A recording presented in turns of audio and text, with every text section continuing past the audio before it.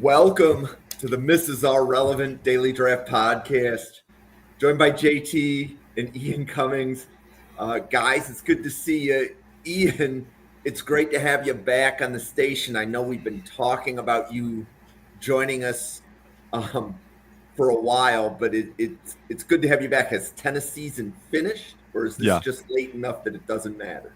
yeah. So JV tennis season is over. I mostly help out with the JV team. I help them improve their technique and stuff like that. And their season wrapped up, I think, a couple weeks ago now. So ended on a high note. I think we progressed a lot, but the varsity team is still going. They had regionals a couple days ago. So shout out to the DeWitt Panthers. If any of you are for some reason watching this podcast, but it was a lot of fun. It was a lot of fun to go through it. And yeah, and interestingly enough, tennis technique and working with that has helped me get a greater understanding for some aspects of football technique, like a quarterback throwing the football. There's similar body mechanics there, so it's been fun. It's been a lot of fun to get involved with it, but we're wrapped up now, so fully involved in football. Cool. And JT, it's good to see you. How are things with you right now? Things are incredibly tense right now with me. The Mariners are leading 1-0, so on the inside I'm screaming. So if I happen to just burst out in a scream in the middle of the podcast, it's because something happened in this baseball game. Fantastic. Well, we are here to talk about cornerbacks in the 2026 NFL draft. And we're going to be here for the next 6 or 7 weeks. Each week, we're going to break down a different group of 8 defensive backs. So the players we're going to go through tonight are Chandler Rivers from Duke, Jaylon Guilbeau from Texas, Zeke Berry from Michigan, Xavier Scott from Illinois, Cam Miller from Rutgers, Amare Ferrell from Indiana, Jalen Kilgore from South Carolina, and DeAngelo Pons from Indiana. What this group of players has in common is that their positions may not be fully defined. And as we go through each player, you might hear some similar comments from JT or Ian. But the first player we're going to talk about is Chandler Rivers from Duke. And Ian, you want to kind of kick off what you have on Chandler Rivers?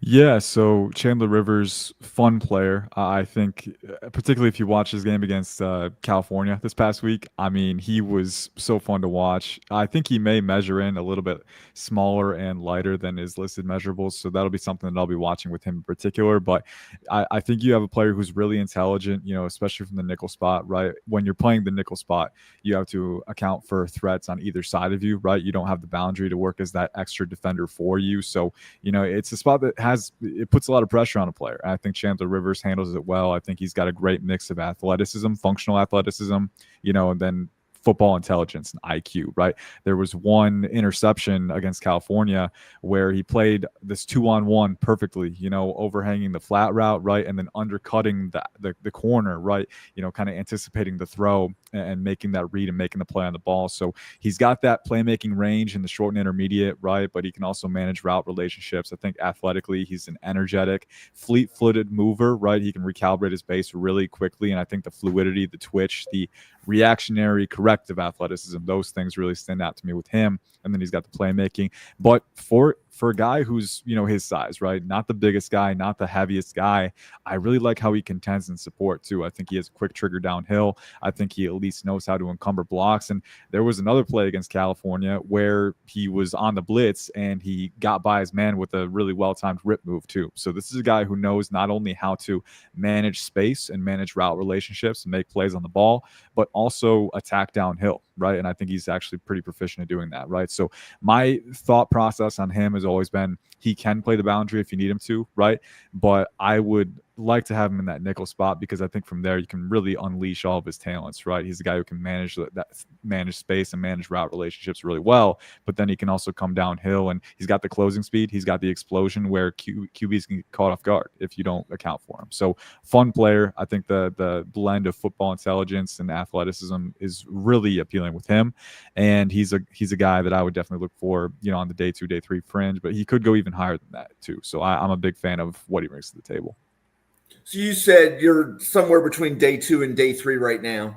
Probably late day two. My grade right now. Just the main question with me is what he measures in at, what he weighs in at, right? But aside from that, you have a really solid football player. That's kind of going to be the conversation for a few of these guys on this list, right? If size is notwithstanding, we're talking about these guys as bona fide early round picks. I know DeAngelo Pons is another one who, if size notwithstanding, like this guy has really laser sharp tape, right? But aside from that, I think Chandler Rivers, and again, it's going to come down to the teams and their specific size thresholds. We know some teams care about it more than others. Some teams are willing to take these guys a little bit higher. And Rivers, in my opinion, is one player who's worth it, right? Because you have the versatility, you have the athletic thresholds. I think he passes all of those. And then he's got the football intelligence, the physical makeup that you want, the physical disposition where he's willing to get his nose dirty and come down as a blitzer too. So a lot of versatility with how you can deploy him in both phases. And I think that's going to give him some inbuilt security as an NFL player. Yeah. And JT, before you kick this one off, I want to preface the audience with a couple things. So this is my favorite time of year, just to hear different people talk about the prospects. But one of the things that's going to make working with Ian and JT very fun from my standpoint is that JT is just now building his board. So prior to the podcast, JT had told me you hadn't seen Chandler Rivers until you prepped for the podcast, right, JT? Yep, This is my first look at all these guys. Yep. Yeah. So JT, your first look at Chandler Rivers, what did you see? I liked him. I thought he was a really fun player. Very twitchy, very quick. I marked down a little smaller than what you have listed here. I think I had him at 5'10", 185. But he does not play small. I think he's physical against the run. I do think he can be blocked a little too easily at times, but he's feisty, and I like his mentality with it. I think he's definitely someone who can play a little bit of inside, a little bit of outside. I think he projects more inside. His style of play, he reminds me a lot of Amik Robertson from the Lions. He is a slot player, but in a pinch, you can have him play outside, and he can be effective there. I remember Robertson moving outside for the Lions against the Vikings last year, and he really gave Justin Jefferson a hard time. So it's just the mentality you play with, the intelligence, and, of course, the quickness. You got to have the quickness if you're an undersized player. And Rivers checked all the boxes. I really like what I saw. I think this is definitely someone who you can plug in as a nickel, who can be that small, feisty, quick playmaker and just kind of step in and be an immediate impact player. Okay. So question for both of you, but Ian, I'll position this to you first. So if we had to say that there's three possible positions for everybody on the podcast, and that would be slot, boundary, safety. Rivers would be slot and boundary, but not safety, correct? Yeah, and I think that's mostly just because that's how he's been utilized for the most part. You don't see him dropping into intermediate and deep zones too often, right? I don't think you see him going too high very often. I think there were a couple times where the rotation dictated that he did against California, but for the most part, he's a guy that's going to play closer to the line, right? I think he can at least match and press, but again, with the weight and the middling length, you kind of worry about how he can be dictated by bigger guys. So maybe, soft shoe press where he's matching with his feet and using that mirror motor just to stay in guys' hip pockets, but then also off man. And then as we saw, like, he can manage route relationships in zone. I think his keen processing ability, I think his route vision, one of his best traits. And then he can weaponize that with his closing speed and ball skills too. So I think you're mainly looking at a guy who can play the boundary. Like JT said, Amik Robertson is a great shout out because he's actually been a pretty nice ad at a low cost for the Lions. I think if Rivers can see out that outcome, that's a really good thing, but I think he can even exceed that too. So I'm a big fan of what he can do. I think I would mainly have him in nickel just because if I'm playing him, I want him to maintain that versatility where, if he can catch the QB off guard with a blitz, right? I think you can do a lot of creative things with a player like Rivers who can blitz and come downhill with a ton of heat, but then he can also drop into short zones, and he's got that really keen vision where he can position himself effectively and make plays. So a smart player, nickel primary, boundary secondary. That's my final answer. And JT, would you modify that answer at all? Nope, I'd absolutely agree with that. So JT, you want to kick off Jaylon Guilbeau from Texas? Yeah, let me pull him up here. So he's a little bit bigger. I had him listed at 6 foot, 183 is what I found him for his measurements. I liked his long speed. I like his mentality and how he approaches the run. He looks like someone who's willing to come up and play the run, willing to get physical. I thought he might be a little bit stiff, and I thought he didn't sink his hips super well and explode. So I think when he was asked to kind of do some zone coverage, and break on the ball, I didn't think he got there as fast as I wanted him to. So this might be someone who is playing more deep zones, maybe more cover 3 if you're asking him to do that, more man coverage, because I do think he has good long speed, even though I think he might be a little bit stiff. Kind of in a mold of a smaller Carlton Davis. I don't think that's a perfect comp for him, but a guy who's going to be a man coverage guy, a guy who isn't ideally in zone, but if you ask him to do certain things in zone, he can do that to a degree. This was one I was honestly a little bit lower on. He didn't move the needle for me as much as some of these other guys I watched in this group of players. But overall, I thought he was an interesting prospect. I want to watch a couple more games. I think I only saw his Ohio State film. And, you want to see these guys against the top-notch competition, the best of the best, to see how they stack up. But I also don't want to write him off because I wasn't impressed against the best of the best either. So he's someone I definitely want to watch more of. But my initial reaction is he is probably a day 3 guy who ideally isn't going to project as a starter. He's going to be a depth piece, maybe a special teams guy. He just didn't move the needle for me like some of these other guys did.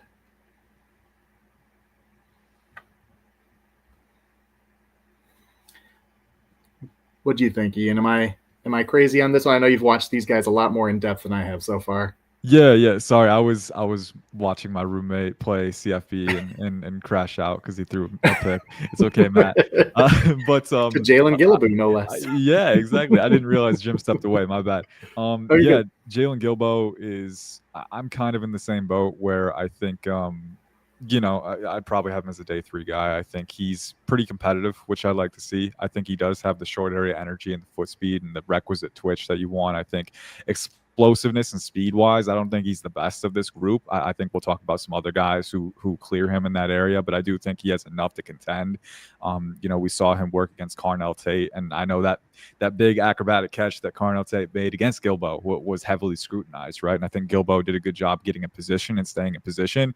But I also think you have to worry about 2 things in off man and zone, right? I think you hit the nail on the head with when he has to make sharper transitions and sinks, towards hitches and comebacks, right?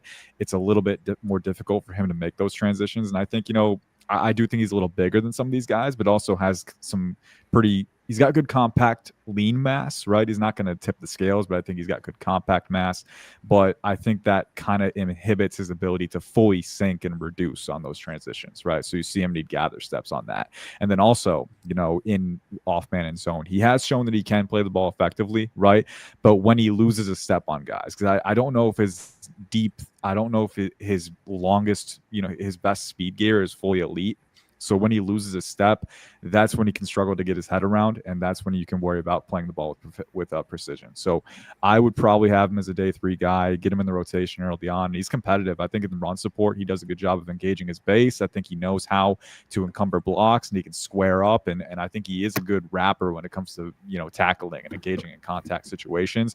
But there's just a little bit too much inconsistency for me from, off man and zone route breaks standpoint, and then also playing the ball with precision. So I'd probably have him in the day 3 bucket. But as a guy who has experience in the boundary, and he does have some experience with different techniques and variations where he can play press man and match guys off the line and hinge around and carry vertically. He can pedal in off man and zone if you need him to, right? So there's some inbuilt versatility, but there's also some limitations where I temper my expectations early on and probably diffuse his stock to the day 3 range.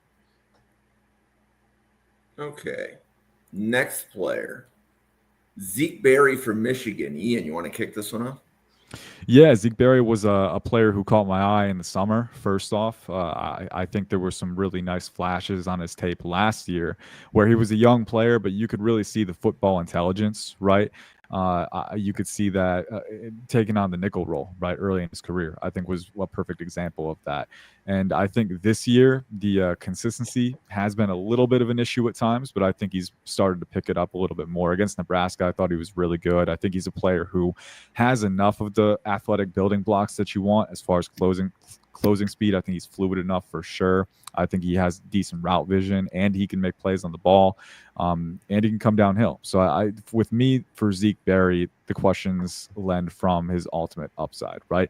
I don't know if he has that elite long speed gear. I don't know if he has elite closing speed and explosion. And there are times where he can be prone to coverage lapses, right? Where maybe he misses a route exchange and clears space. So, I still think there's room for him to get more consistency. And I think if we're talking about playing the ball too, I think Jair Hill has been a little bit better there this season. Jair Hill is obviously mainly a boundary guy, right? He's a little bit longer, a little bit more physical. But Zeke Berry, has a lot of the football, the natural instincts that I look for. I think for him, it's just ironing out the technique, because technically that was one of my big issues with him in 2024, was that I thought the plant and drive technique could be a little inefficient over top stems at times, where when he was in press man, he'd offset and kind of overstep a little bit laterally and clear space for inside breaks. So I think with him, it's honing down the technique, because I think he has a great athletic foundation. I don't know if it's elite, and I don't know if he's heavy enough to contend against those wide receiver 1s and 2s at the NFL level. So a good player. I think he has the football intelligence that you want to play the nickel. I think he's physical enough to play the nickel, but I think he's still coming along in terms of technical refinement, and that's okay. He's still a young player. He could ultimately return to school. We'll see. But a solid player who, and let's face it, Michigan, the same coaching staff that has developed a lot of DBs in the past from them, they kind of have a pipeline, a conveyor belt there. But then Jesse Minter went to the NFL. Jim Harbaugh went to the NFL, right? So you're still trying to see if they can remain consistent there. And I think Zeke Berry is going to be a good representation of that, whatever happens with that. But I think he's a good player. He's got good versatility, and I think his ability to take on a complex role like the nickel spot so early in his career is a good sign.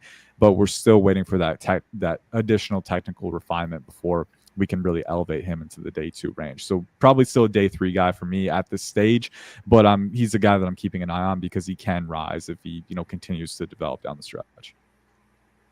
And JT, you are a Michigan fan, correct? I am. Yeah. So what's your scouting report on Zeke Berry? I think Ian used the word inconsistent, and that's the word I keep coming back to with Zeke Berry. There are times when I think, wow, he can really move. He really flies downhill to attack the run. He can run with his man. And there are other times I see him get beat with quickness and he's just left in the dust. And I wonder why. Why is there such a disconnect? Why can he not put it together in the way I think he should?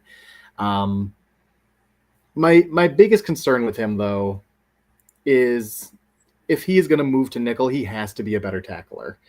I really like the way he attacks ball carriers. He's a very physical player. He loves to strike. He loves the contact, but he does not do a good job wrapping up. Guilbeau, the guy we just talked about from Texas, gets his arm around, really good form tackler. Really like that aspect of him. Zeke Berry is not. He wants contact. He wants to lay his shoulder into somebody, and sometimes he forgets he has arms, and that's a problem if you're going to be playing the nickel. So I need him to, I think, technique. It goes back to technique, like Ian said. I think that's why he's beat when I think physically he shouldn't be. That's why he lets tackles slip away when he's physical and he's there in position to make them. He's not doing the basic things that he needs to be doing to be a reliable nickel player in the NFL. Okay. Next player, and I realize he's injured now, but JT, what did you think of Xavier Scott when you first watched him? Xavier Scott might have been my favorite watch from this entire group. I thought he was a lot of fun. My initial thought, and I do not mean this as a ceiling type of comparison, but my initial thought is he reminded me of Brian Branch. Just a safety. He can play nickel. I think he brings a really good energy. I think he attacks the running game. I think his profile is one I like a lot. Let me pull up my report on him. Yeah, I thought he has a really good mentality for doing it. I have him listed a little bit smaller, 5'11", 190. But if you're going to be a nickel, I think he has the awareness to play there. I think he has the athletic tools to play there. I think he has the mindset to play there. And I liked him when he was playing back at safety too. I think he can play either of those roles fairly well. I definitely want to see more of him as he gets healthy. I don't know what his injury is. I do know there was one of these games I was watching for him. I'm like, where is this 14 guy? I can't find him anywhere. So I had to go back to the games log. I'm like, oh yeah, he's not playing. He's injured in this game. So I don't know how long he's out or what that is, but I want to watch more of him. And I'm sad that he hasn't got to play in all these games.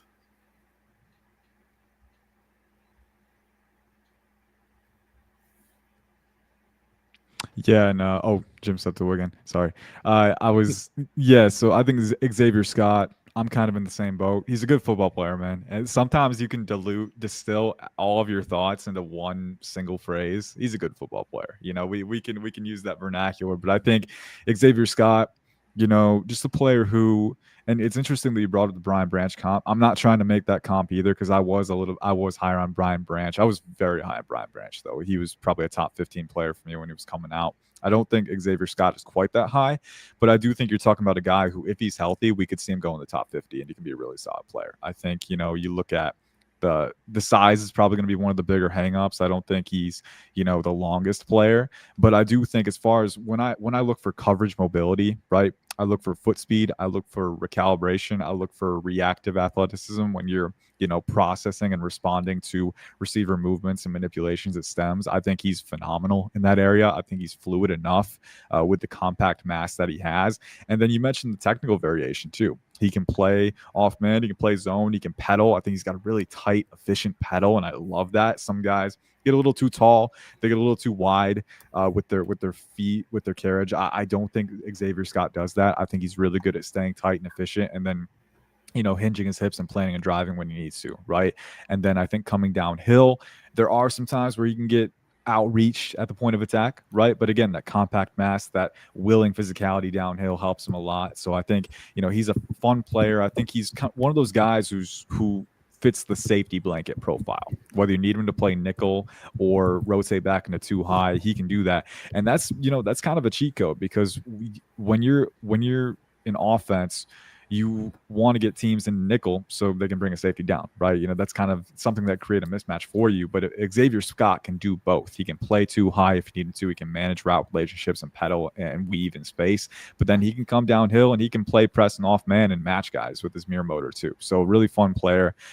I think the biggest knocks again, kind of akin to Brian Branch back in the day is, doesn't have elite long speed. He can get stacked by elite speed threats, right? And I think the short strider mold hurts him there, where he's not covering quite as much ground with each stride. But it's you really got to try to poke holes in his game, right? And I think Branch was maybe a little bit more explosive, but that's splitting hairs. I think Xavier Scott has the requisite coverage mobility, has the requisite functional athleticism, and then the football intelligence is there. The coverage versatility is there. The physicality is there. The ability to make plays on the ball is there. So when he does come back fully healthy, and hey, don't rush the process. Do what you need to do to get back to 100%. Right. I have no doubt that he's going to fit right back into the puzzle, and we could see him re-enter the discussion because if he's fully healthy, this is a top 75, top 64, maybe the top 50 player. So with Xavier Scott, is the general consensus slot corner is position one? For me, it is, yeah. But I would also posit, with the secondary, anytime you have a player that can play multiple spots at a high level, that's always a good thing, right? Because there are going to be situations where the offense motions and all of a sudden they give you a different look than what was initially presented. And you've got to do some shuffling. Maybe you have to bring Xavier Scott up from safety. Maybe you have to drop him back into space. And I think the ability to do either in a pinch is a really valuable thing. I think he can. I would definitely have him at nickel first because I do think that the matching ability is really strong. But he can play both. I think he's proficient in both. And I think his ability to be kind of a safety blanket, kind of, a chess piece in the back end, I think that's only a good thing. And I'm going to use him like that. Yeah, and then Ian, that leads me to my second question. Is position 2 safety for him?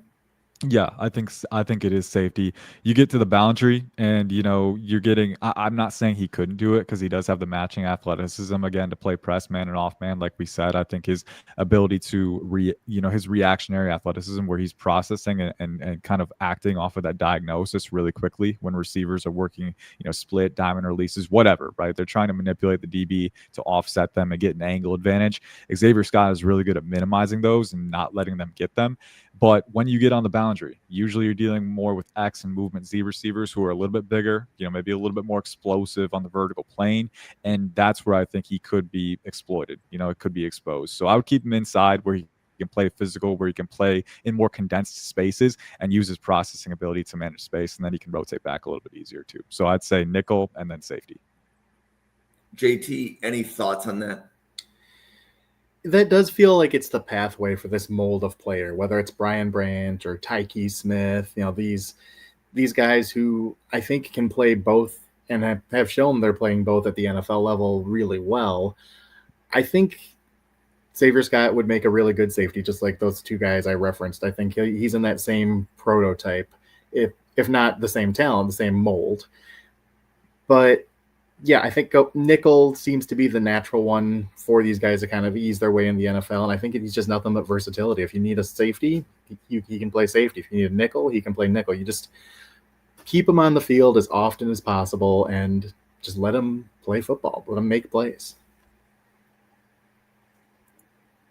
Okay, next player, Cam Miller from Rutgers. Ian, you want to start this one? Yeah, this was a watch that. Good play, Matt. He just made a nice play. This was a watch that was really interesting. He was a player that this was one or two of this group that I hadn't gotten to before studying for this podcast. So, I got to get some exposure to him and I was pretty impressed. I'm not going to lie. I think that, again, the one thing that really comes to mind quickly for me is coverage mobility. So they have the foot speed, the reactionary athleticism, what I like to call it is kind of a recoil twitch. When you're processing a receiver's first steps, you naturally have a reaction to it, right?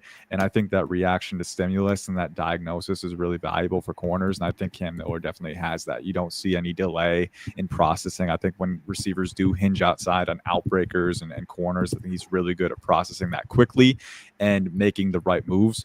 I think I'm not sure if he's as fluid or as twitchy as some of the other guys on this list, but I think he cleared an 8 for me on my scale for that. I think he's definitely twitchy enough. I think he's definitely fluid enough, especially with, just hinging around. I think he's a really fun player. And then when it comes to support, I think the one thing that I kind of nitpicked was I do think when it comes to engaging blocks and engaging as a tackler, he can be a little too tall, right? You want to make sure you engage your base and drive your base through. That's a big thing especially for a guy who, Cam Miller, he's listed at 6 foot 185. I think he's probably going to be closer to 5'10" and a half, 5'11", right? So I think when you're smaller, you don't really have a margin for error as far as pad level is concerned. When you're coming into the box, if you play too tall, you're going to get steamrolled over. And I did see that a couple times on tape. A couple more times he was able to encumber blocks and engage and make tackles, but those instances where you're drifting a little too tall, NFL teams are going to exploit that. So I want him to keep improving that engagement technique. I also think when it comes to, press man, there are times where he opens the gate a little bit too quickly for slot threats and allows them space over the middle of the field. I don't know if he has the elite recovery speed to make up ground. And then at the same time, too, not super productive on the ball. And that said, watching back his game against Minnesota this year, I do think there were some nice moments. There was one plant and drive where he was actually on the boundary from a stacked alignment, and he read the route breaking inside. He had a great jump on it, and he got around, wrapped around the cage, and disrupted the play and logged the deflection. But there are other times too where he's not always able to get his head around, or he's not able to play the ball with precision, right? So kind of inconsistent as far as converting at the catch point too. But I do think you have a guy who has the requisite mobility profile and I think pretty good technique in press man and off man. And then at the same time too, you can see him getting teammates into position, responding to motions. I think he's really sharp as far as adapting as a play develops. So I can see him being a solid nickel. Personally, I need to see him improve his playmaking, right? Because if you're a nickel and you can't make plays on the ball consistently, NFL teams are going to exploit that because they're going to get a big slot on you who's going to be able to box you out and make you work for it. But he's a fun player, I think, as far as, all of the building blocks that you want. Those things are there. So now we just need to see him build on it, add to it, and become a true high-level playmaker. But if he can do that, I think, he can be a really solid NFL player. I think he's kind of on the day 2, day 3 fringe for me right now, fringe top 100. A good player, I think, has a lot of sound qualities, just needs to take that next step. So, Ian, if we ever do a podcast and you say, well, this podcast was the first time that I watched a player, that also gives me like a warm fuzzy. So thank you. Like that makes me feel good on the inside. JT, what did you think of Cam Miller? Cam Miller, he's one I had a hard time getting into. I watched him against Iowa, and that was a game I think he played exclusively nickel. I don't think I saw him play outside at all. But I think I saw some of those shortcomings that Ian saw. For me, he was someone that was very grabby.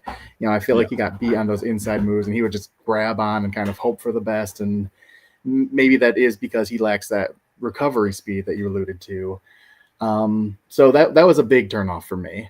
The other thing I'll say is I thought he was feisty in terms of taking on blocks. Like I saw a willingness to do it, but he routinely got just blocked into next week. So I like the mentality and that he's attempting to, and he's fighting it and he's trying with it, but he is just not there in terms of getting off the block and making the plays he needs to make.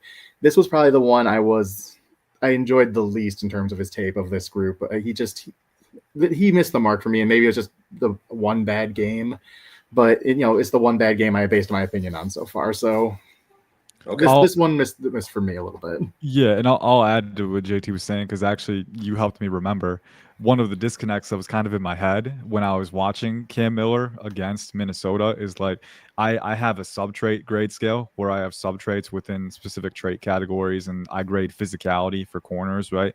And within physicality, you have just their general energy disposition, their physical disposition, right?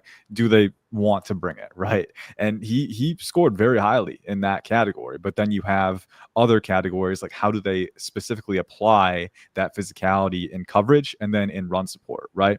I think in coverage, applying physicality, it stems. If you use extraneous physicality, if you get beat by a guy who has more speed than you, if you get grabby, you're going to draw a penalty, and that's going to be a free first down for the offense, right? So you have to choose the right times to be physical, and you have to apply that physicality effectively in support too. And I think that was the big disconnect with me for Cam Miller is like, this guy wants to bring it. He clearly has the energy that you want from a corner, but in coverage, it's too often used as a panic mechanism where, oh, I need to get back in the play, I'm going to grab this guy, right?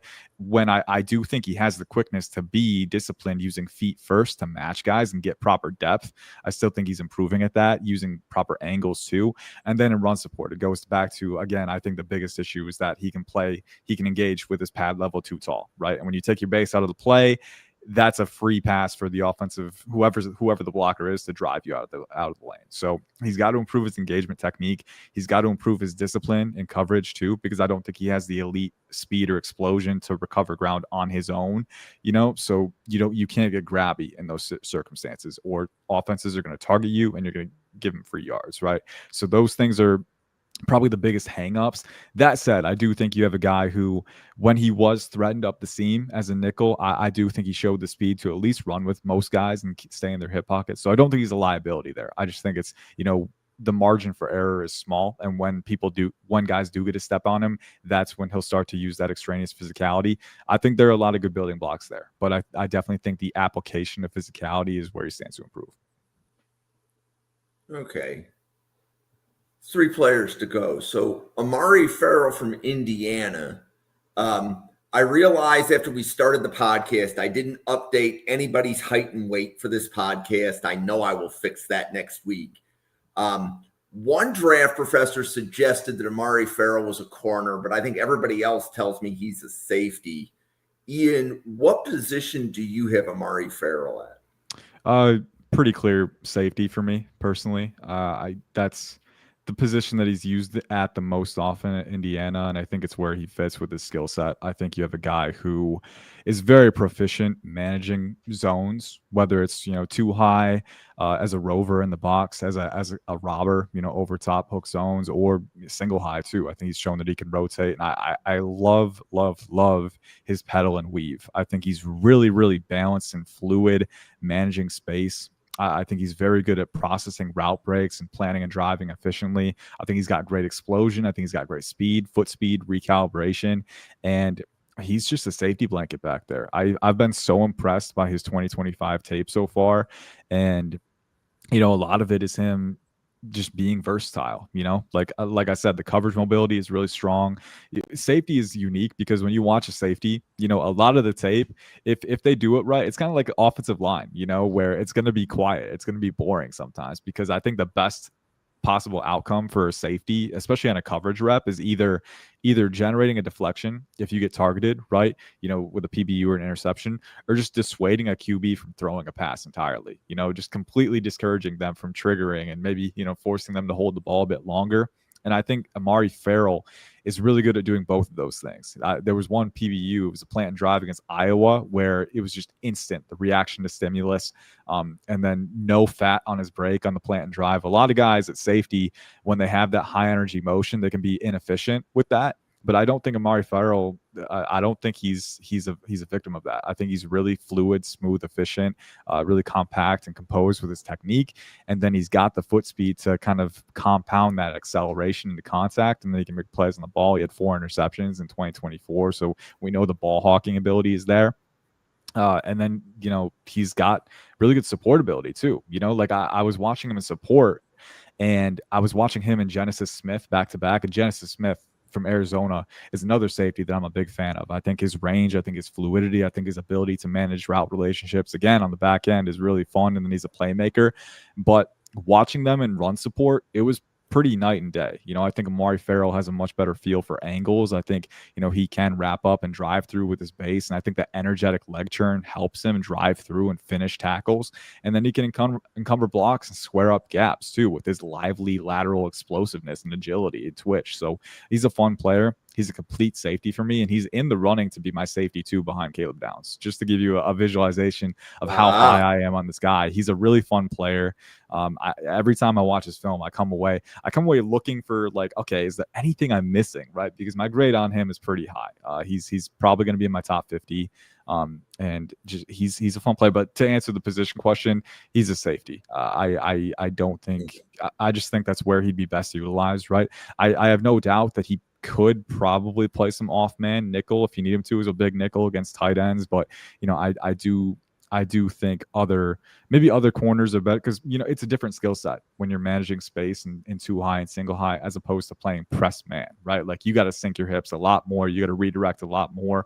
I do think Amare Ferrell has the requisite athleticism to do that against big slot targets on occasion, but I'm going to use him where he's best, and I think that's managing space and responding downhill and being a playmaker on the back end. Yep. So, excuse JT's absence. He has a child issue that he is tending to. So Ian and I will press forward with the last two, and then we'll get JT's takes when he comes back. So Jaylon Kilgore from South Carolina is one of my favorite players to hear about, because I think nearly everybody I've heard talk about him, they have slightly different perspectives. But Ian, where are you on Jaylon Kilgore right now?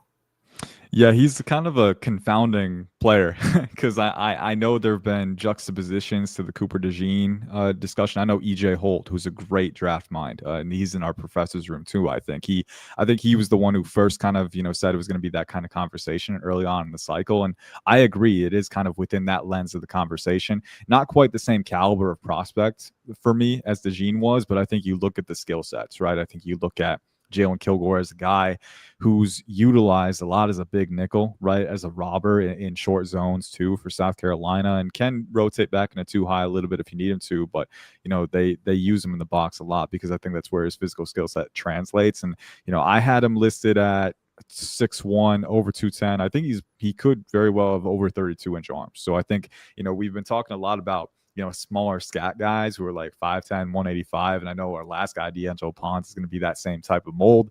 But Jalon Kilgore is big. He's a big dude, and he blends the line between nickel corner and strong safety, where he can go up against tight ends one-on-one because he's got the length, he's got the lean mass and play strength. But as far as his positional fit, I think it's got to be a blend of the two. I look at his tape, and one thing that really impressed me with this was his processing.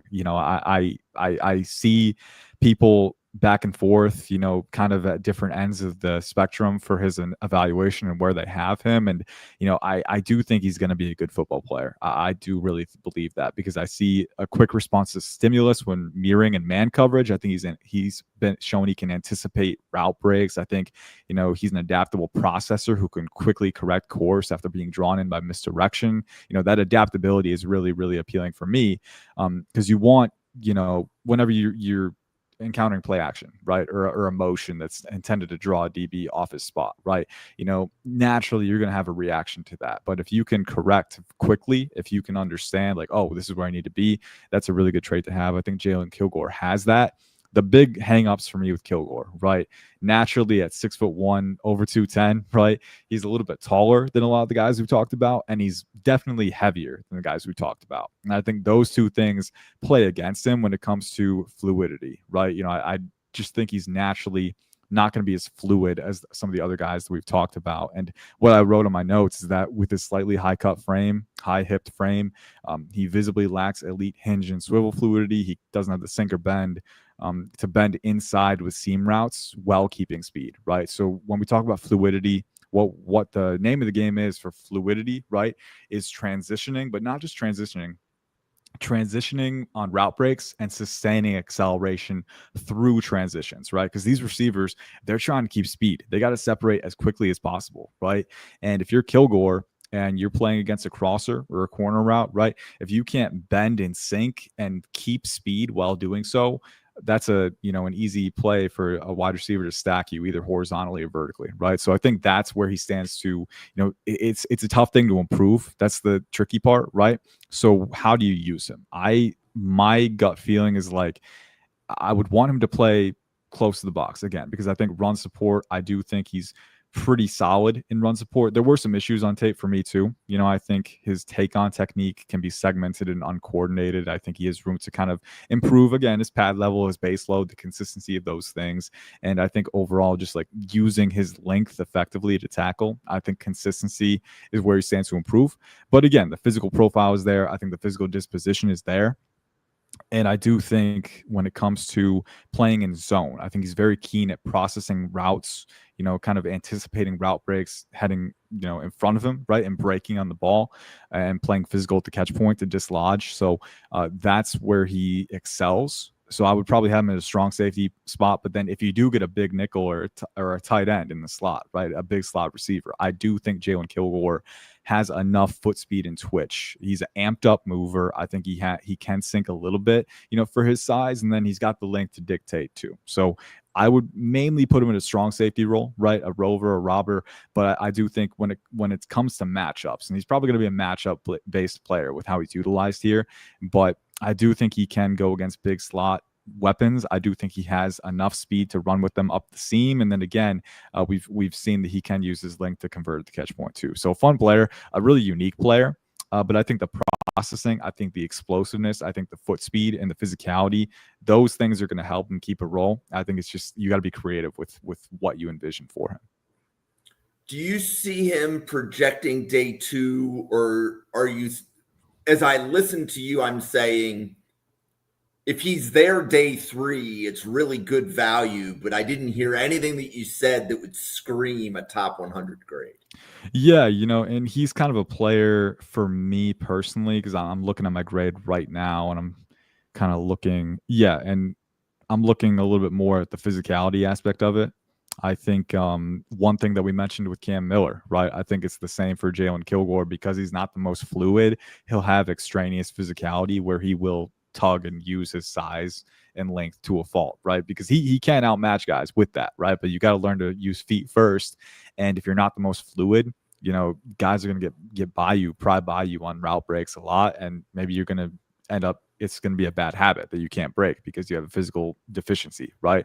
So naturally that deficiency deflates his stock a little bit. And I think the uncertain projection does too, right? He grades late day 2 for me. So I like just off the grade alone, I would be willing to consider him in day 2. But I think because you don't have a distinct role, like some of the guys like Xavier Scott, we know whether we put him at safety or nickel, he's going to be able to translate there because he's got the foot speed, the fluidity, right, the route vision. But with Jalon Kilgore, the physical profile is different. The physical profile is not as translatable with the slight hip stiffness that you do see sometimes when he has to make really sharp transitions, when he has to sustain acceleration through transitions, right?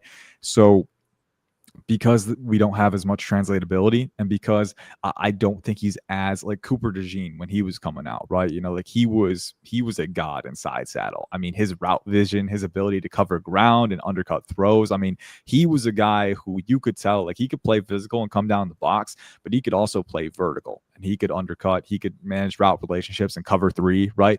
I don't know if I see that from Kilgore, right? I think Kilgore is going to be a little bit more boxed in to a strong safety, big nickel type of role. And I don't know if day 2 is the right valuation for that, because those guys can be liabilities if you get a superior route runner in the slot against them, right? So grade wise day 2, but I could see him being more of a value deal on day 3 who has maybe some early special teams utility. And part of my gift is being able to listen to people that analyze tape like you and say, okay, what am I hearing?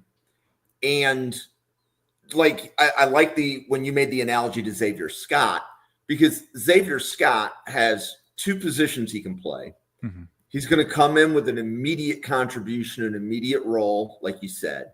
But the key is corner is always valued more than safety, right? So from a positional value standpoint, if we think of the players on the board that Kilgore would be compared to, right? He's going to be Kilgore's in the safety bucket. And there's a lot of guys that are probably in that same range as him. We're just not covering them on this podcast. Yeah, for sure. And there's a few safeties clustered on my board ahead of him, right? Like we talked about Amare Ferrell. I think Genesis Smith is another one in that bucket. Dylan Thieneman from Oregon is another fun player who's kind of, you know, he was unique. He played single high a lot at Purdue, but he can play 2 high. He can roam in the box. I don't think he's as fluid as some of these other guys like Ferrell, but again, we've seen his playmaking ability, that interception to seal the game on Drew Aller, right? Like, and he's got the ability to come to the box too. So all of these guys, I think, have superior coverage mobility to Jalon Kilgore as far as managing route relationships in space and also breaking efficiently on routes and sustaining acceleration. That's the biggest thing. Your space play is your most valuable asset as an NFL safety. And if it's not a bona fide strength, then you might get phased out or boxed into certain niche roles, right? Like a strong safety, like a, you know, kind of rover in the box, right? But then you can get, you know, exposed in man coverage against certain players. So it's a tricky balance with those types of players.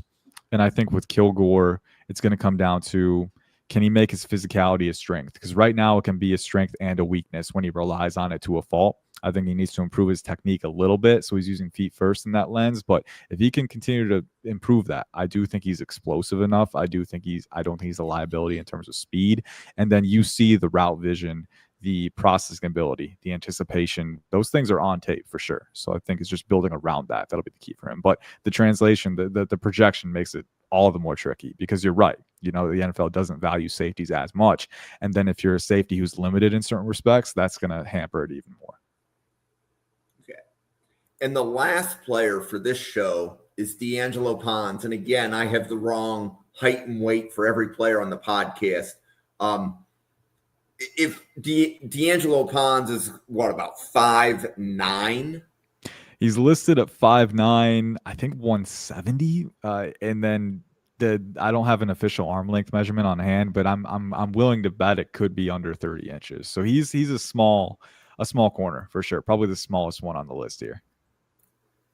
Yeah. So what is your assessment of, I mean, from a college standpoint, he's probably one of the 2 or 3 best players on the field when he's on the field in college. Yeah. But how well is that going to translate to the NFL, according to you?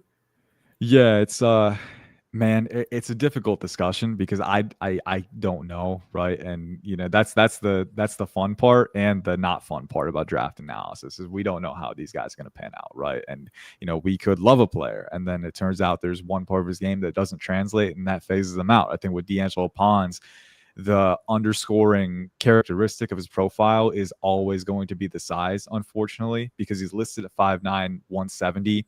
There are certain players every cycle where we've seen it, time and time again, where draft people are lining up to see what this guy weighs in at the NFL Combine or at the All-Star game, right? What's it going to be? It's going to be over 175. DeAngelo Pons is going to be that type of player, and I'm on film. I don't think he looks liability light. He does look pretty light, I will say, but I'm optimistic that he's not going to be a guy who comes in and weighs 160. I'm optimistic. I could be wrong, but I think 170 is around where he's at. I think 5'9" is around where he's at. He's not the longest guy, but I'm prefacing with all of this talk about his size because now we're getting to my next comment.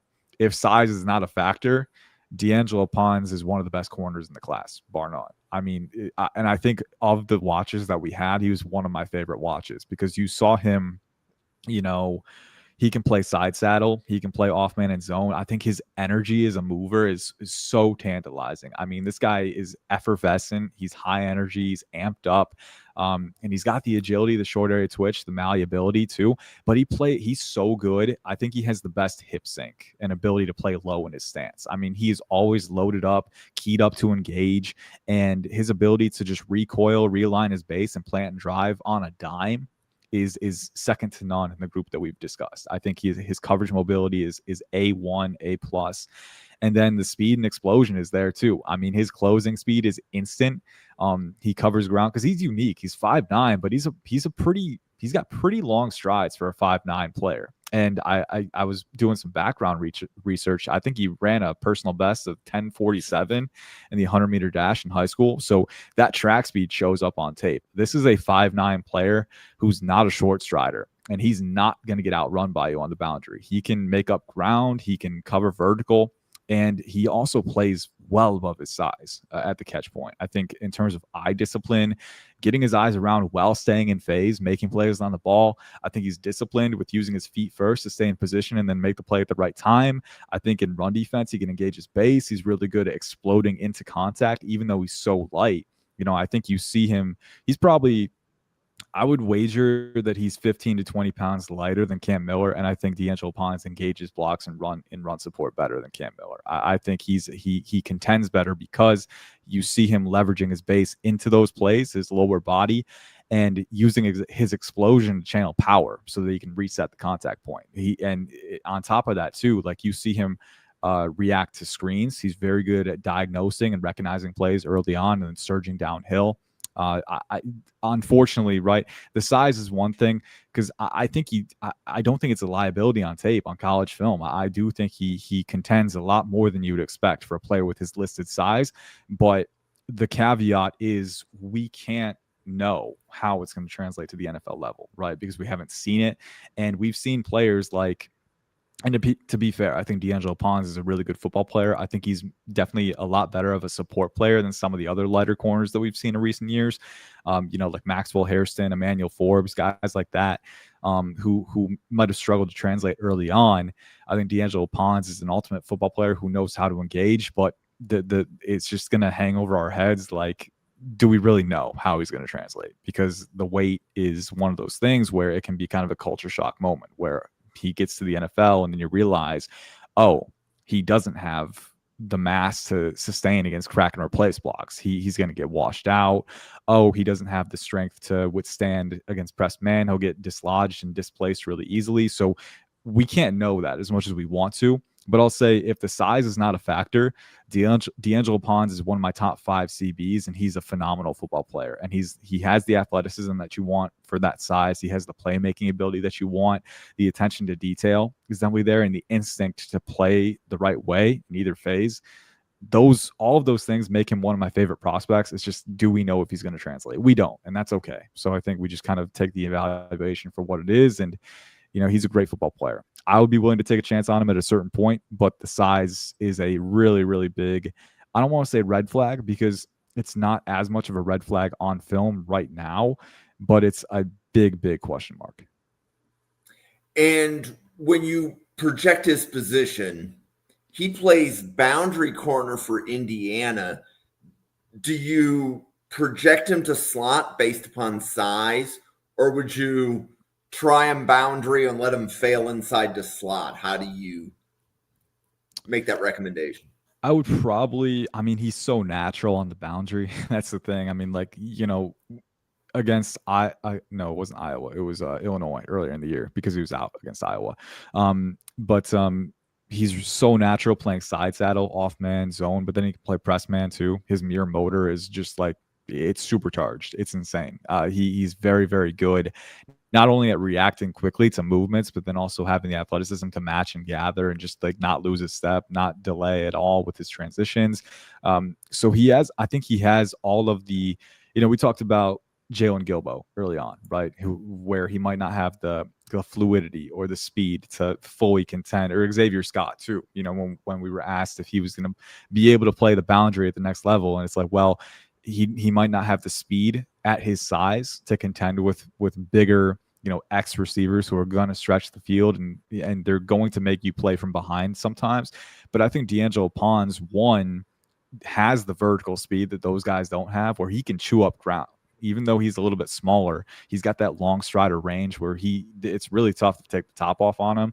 And then I think he plays the ball the best out of these corners that we talked about too. He has great eye discipline. He has great timing and hand-eye coordination.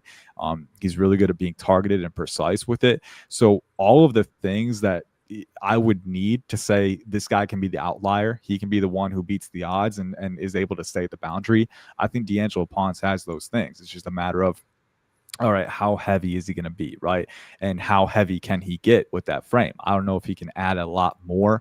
I could see him maxing out at 175, 180, and that's definitely lighter than preferred against NFL wide receivers. But then again, it comes back to, he does the little things right when it comes to technique, when it comes to playing the ball, and he's a S tier athlete too. I think he can stick at the boundary. I think it's one of those things. I would probably let him fail at the boundary, but it would also be based on the existing personnel I have in my CB room. Like if I have a nickel right now, I would prefer to keep Pons at the boundary. But if I need a nickel defender, I would let him take some reps there, see how he exists there. I do think he has the athleticism, the competitive mentality to do it. And again, the playmaking is something that translates everywhere, right? The vision.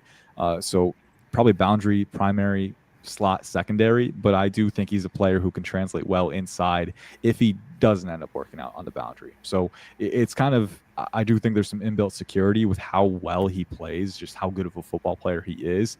But again, that question is hanging over his head. Nickel could be his ultimate landing spot. I'm willing to let him, play a boundary and prove himself there.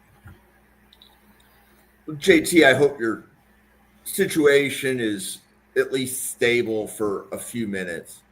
I hope so too. Yeah, but you got to take care of the kids. I get it, right? So we covered 3 players: Amare, Ferrell, Jalon, Kilgore, DeAngelo Pons.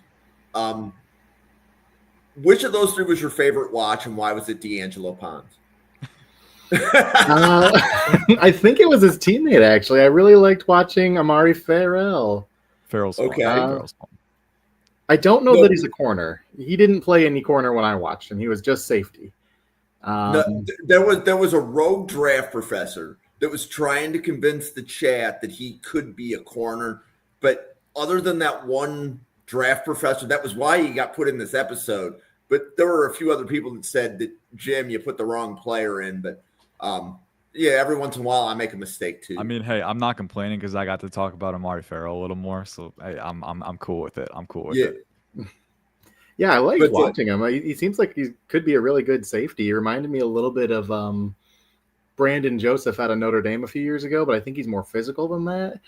So I liked watching him. He's a good player to get eyes on, but definitely don't see him as a corner for sure. Okay, and then what did you think about Jalen Kilgore? He's another one who I don't view as a corner or a safety. He almost is almost like a linebacker to me.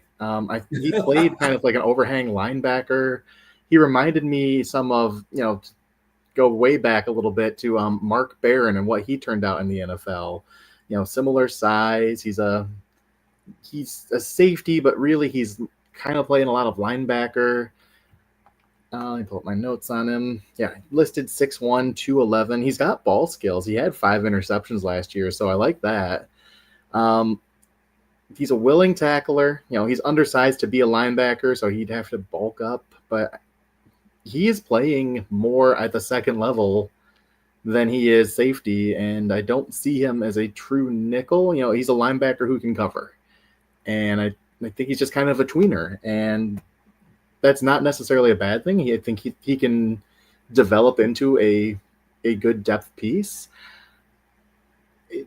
It's interesting. I don't dislike it, but I don't have a firm understanding of how it projects.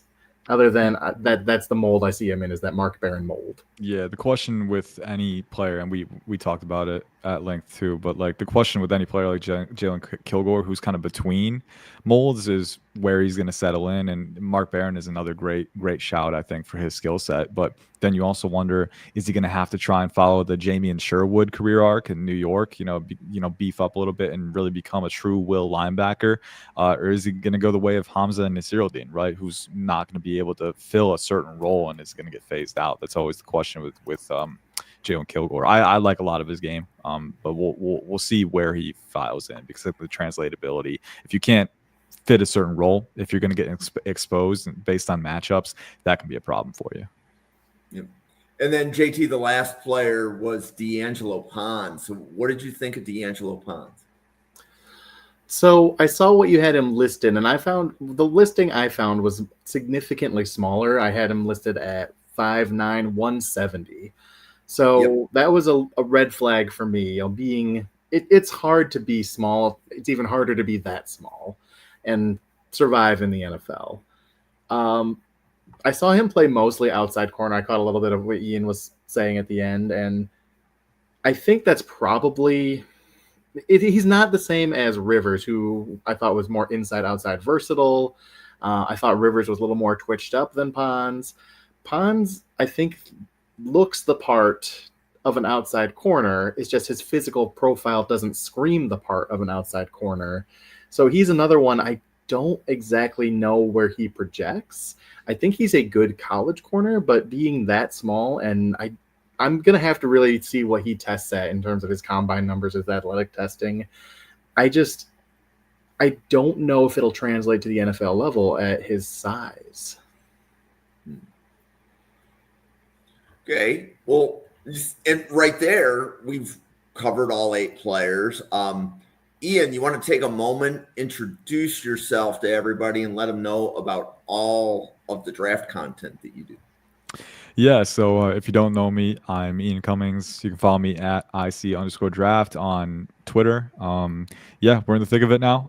I work for a Pro Football and Sports Network, PFSN, and right now I'm just building out my composite big board. I'll probably be ready to release my top 5s right now next week. But there's always more ground to cover with the draft. That's the thing. And there's always more grades to update, because there's been, I think we're in week 7 now. So getting caught up each day, getting back, making sure that my board is up to date, and really just providing analysis is the biggest thing. I think staying rooted in the diagnostics, that's one thing that I really try and, stay true to. So you might catch my clips on Twitter. If you have any requests or guys that you're wondering about that you want my input on, feel free to hit me up and send me a message or a DM or tag me, and I'll be sure to get back to you with some feedback, with some insight.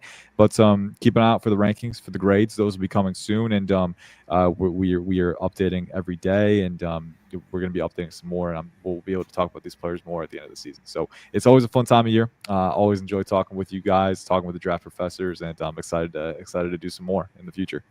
Yep. JT. Yeah, all my written work is at bucksreport.com, covering the Tampa Bay Buccaneers. Way behind Ian in the draft process. Still getting eyes on a lot of these. I won't have my top 50 probably until the end of the college football season. But it's a long season. We got plenty of time until April. So I look forward to being here every Friday? Every Friday night, 9:15 to chop it up. Yeah, well, welcome to the Draft Professor, everybody. If you're joining us on a Friday night, JT and Ian will be here for the next several weeks, each week breaking down 8 different corners. So as Ian said, we're in the thick of it with draft season. So at Draft Professor, every podcast is updating the scouting report of 8 players. So if it's defensive line, that'll be on Monday, Wednesday, Sunday. If it's wide receiver, that's on Tuesday. If it's offensive line, it's Tuesday, Saturday. And actually, let me put that schedule up for you. So there's half the schedule there. And then there's the other half here. So, for example, earlier today at 7 p.m. Eastern, we just went through 6 tight ends, and then we're going to go through 6 more tight ends next week, 6 more the week after. And then that'll be that podcast will transition to linebacker, etc. But the idea is if you're following the podcast, you'll get updates from respected members of the draft community every day. So if you know what position you want to focus on, all you have to do is follow the Draft Professor at NFL Draft Fanatic. No, I am Fanatic. The 8 players that will be discussed on the next podcast will include J.Q. Hardaway from Kentucky, Thaddeus Dixon from North Carolina, Devontae Smith from Notre Dame, Dalen Everett from Georgia, Davison Igbinosun from Ohio State, That's going to be a good Deuce Chestnut from Syracuse, Smith Snowden from Utah, and Malik Muhammad from Texas. And each week it'll be 8 different corners.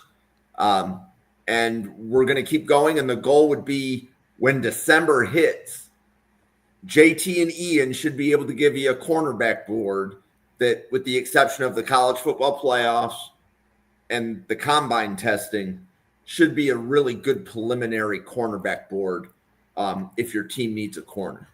So that's the idea. Is every Draft Professor should be able to have like one board that's relatively solid early to mid-December. That being said, for Ian, JT, for the 100 podcasters at the Draft Professor, thank you so much for tuning in, and we'll see you on a podcast again tomorrow, everybody. Thank you.